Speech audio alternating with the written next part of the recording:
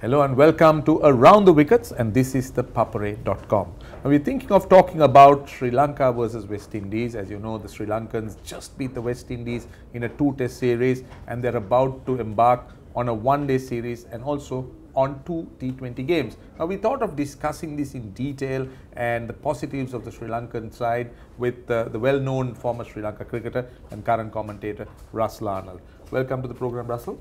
Thanks, Roshan.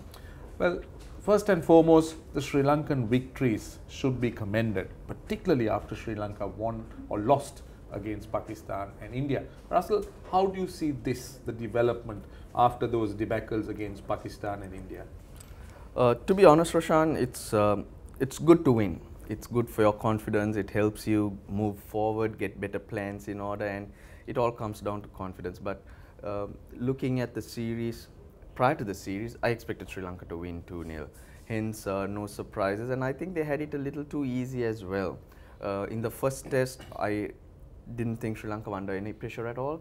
That first session where the West Indies were good with the new ball and our openers had to weather the storm. Other than that, it was plain sailing. In the second test, of course, at certain times questions were asked and the Sri Lankans had answers. So I was very pleased to see that. But all in all, it was a series that Sri Lanka could not have afforded to lose. India and Pakistan, yes, a win is everything, but they're different teams in these conditions. With the spin the Sri Lankans have and the way the West Indies play the spinners, I would have expected them to have won easily. But when India and Pakistan come in, they're better players of spin and they have good spin bowlers to counter the Sri Lankans as well. Correct. That was, I think, one of the main reasons why the West Indians struggled. But there were few positives that came out of the Sri Lankan performance, and one particularly was Milinda Sirivardena batting at 6, offering the spin bowling option and also allowing Matthews to balance his combination. Now, how do you see Milinda after a rather inauspicious start for that in his first innings, coming on, kicking on, and also being the man of the match in the second? Yeah, when he failed in the first innings, it really didn't worry me because even the best of players, they do have a bad innings here and there. But watching Milinda in the one days and how he played, handled the pressure, the options he had as a player, he looked a complete player. Hence, I was pretty confident that he will come out of it. I'm very happy for him the way he performed at the Pisara Stadium. He's had a long wait. He's gone through the system. He's played a lot of domestic cricket. He's a mature player. He's 29 years old. And you could see how calm he was. His innings in the first innings was crucial. His innings in the second innings was crucial because it was a pitch where you had to put pressure on the bowlers. The quicker you got a few runs, the more questions you could ask from them. And Milinda Sirivardena in both innings, he handled it beautifully. He was the standout batsman for me. The way he attacks, the way he defends, he's got a lot about him, a lot of character. When it comes to his bowling, well, he wouldn't be my first choice spinner. I wouldn't pick a team based on the fact that Milinda Sirivardena is there and he's going to be my lead spinner. I wouldn't do that, but he will do a job. And what I was most pleased about his bowling is he now and again, he gets a good ball in. A couple of loose balls, but his best spell was when Sri Lanka really needed him. Angelo Matthews had gone through Rangana Herath, Dhammika Prasad on that last morning. And the West Indies looked very comfortable with Bravo and Shea Hope in there, 80 for 1. Threw the ball to Milinda Sirivardena, that's when he bowled his best. So that means he's got a lot about him. No doubt. I agree that he's somebody who's using his confidence a lot. But let's now try and focus on Rangana Herath. Now, as our viewers would know, Rangana Herath is not getting any younger. He's now touching or getting close to 40. But he's still bowling well. Now, Russell, one of the dilemmas the Sri Lankans are faced with is the fact that Rangana Herath is bowling well, and what's beyond after Rangana Herath. Now, how do you kind of summarize that situation in the Sri Lankan context? It's really strange because you'd expect good quality spinners to come through the system. There's a spin bowling coach who's been with this bunch of boys for a long period, but we still haven't actually recognized anyone who can play that role. And what does Herath do? He does not much. He works on the basics. He does the basics for longer, and he's got the ability to identify that. He doesn't try too many things, and he keeps it simple as possible on a round off stump, and something gives. prepared to bowl lots of overs. I think that's the key to being a spinner. But nowadays spinners think it's about the variations. They bring in so many different balls, and hence there's no control. That's the issue with Tharindu Kaushal as well.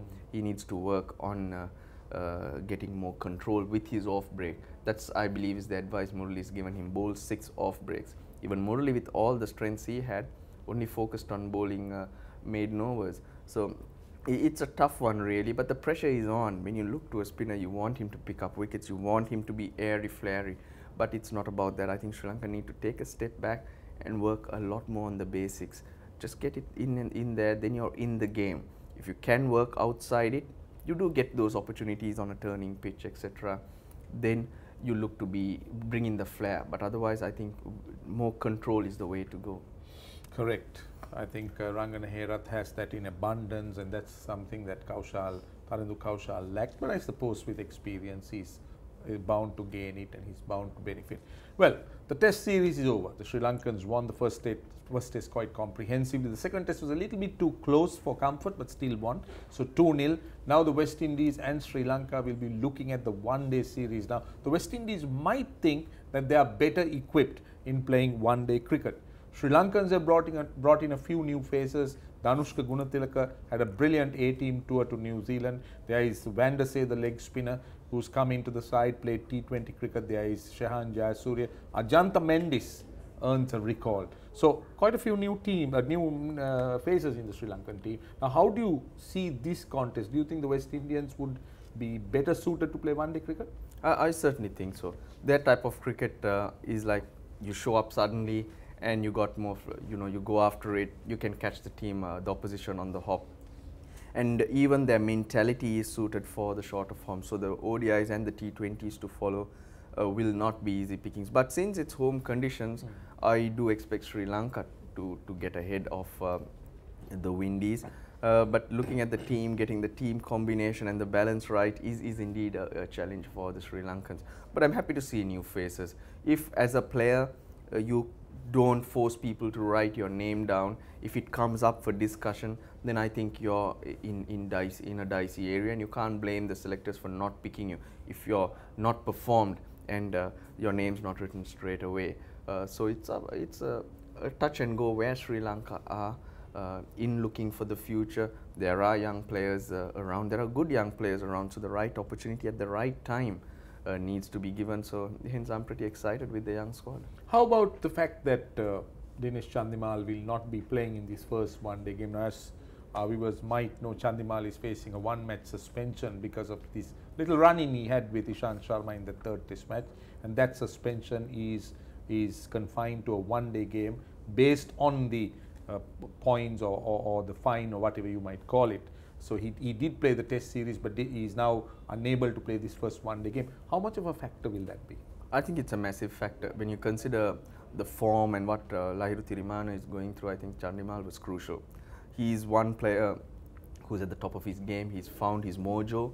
He's found that he's understood that he's got to go out there and bat freely.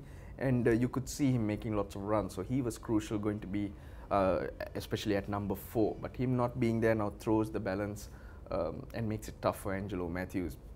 Two youngsters in the team. Looking at the squad, I'd suspect that both will have to fit in, Danushka Gunatilaka and Shehan Jayasuriya. So it's an opportunity for them. If they can put their hand up, pressure will be on the seniors.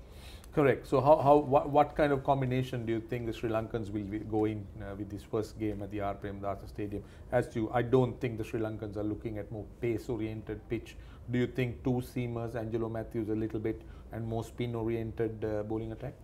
Well, there is plenty of spin in the batting because Dilshan is back. So he'll give you a few overs of off spin. Shehan Jayasuriya plays, he can turn his arm around. Danushka Gunatilaka also can turn his arm around. And you have Milinda Sirivardhana. So it'll depend the fitness of Matthews. He didn't bowl a single over in the test series. So is he fit enough? But I think the basic combination is what Sri Lanka should go with, the 7 batsmen, 2 and 2 spinners, and the 2 fast bowlers. I think that's what will suit our players. The 7 batsmen would be? With Chandimal out of the reckoning, yeah, the 7 pick themselves. That's why I said the 2 youngsters will have to fit in. 4 seamers in the squad and 3 spinners. So I'd give Ajantha Mendis a go because he's come back in. If he can get it right, it'll be good for the team. He's something different to the other bowlers. So you reckon with these new faces and a new combination, Sri Lanka are still ahead of the West Indies in this series? I'd still back them to get ahead of the West Indies because they know the home conditions well, and just as the West Indies, Sri Lankans also play better one-day cricket. Right, so that's the story. Well, that's how it looks. Sri Lanka winning the Test series, and Russel Arnold looking ahead and looking at the one-day side and looking very closely at them, tends to think that despite the youngsters in this one-day side, Ajantha Mendis coming in, the Sri Lankans are better suited and they may get ahead of the West Indies come the one-day series. Well, we can wait and see, and we certainly hope, as all Sri Lankans, that will be the case. So that's the story on Around the Wickets. We hope you enjoyed this little chat. We'll come back again on Around the Wickets on thepapare.com. Until then, it's goodbye from all of us.